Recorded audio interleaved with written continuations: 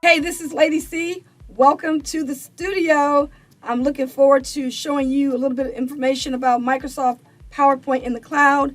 And I'm going to be working with the free version because a lot of people, you may not have PowerPoint and you may just do a presentation on occasion. So what I'm going to do in this video is I'm going to talk about how to get into your PowerPoint in the cloud.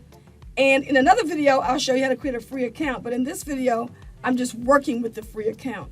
And I'm going to log in, show you how to access PowerPoint. And then I have a PowerPoint presentation that I'm going to show you how to get some design ideas for. So let's hop to it. Okay, so I'm going to sign into my account. And I'm going to navigate to my application. Top left-hand corner of the screen, choose the waffle, which is an amp launcher. Go down to PowerPoint. And I want to use the Windows 10 introduction. So I'm going to go ahead and open that up.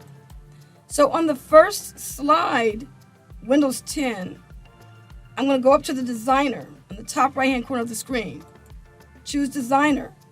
And what PowerPoint is going to do, it's going to give me some ideas that I can use for my title page. I'm just going to kind of click on a few items so you can see how it changes. So you see how it gave me this design idea, and I could just click on that. If I come down and click on another one. And so as long as you have your presentation already created, you can just go get these design ideas, and then people don't even know, how you got all this done. So just check out all these different designs I got, and this is just for the title page. And then notice how if you scroll down, it'll say see more design ideas, and then you can just keep scrolling down to see what other design ideas that they have. And they got some interesting little designs here. Some of them I wouldn't choose, but it's better than trying to figure this out on your own. So you get the idea. So I'm just kind of like showing you how to change those designs. Now, the next thing I'm going to do is go to the next page. And now I'm going to see what kind of designs it has for the second page. Okay.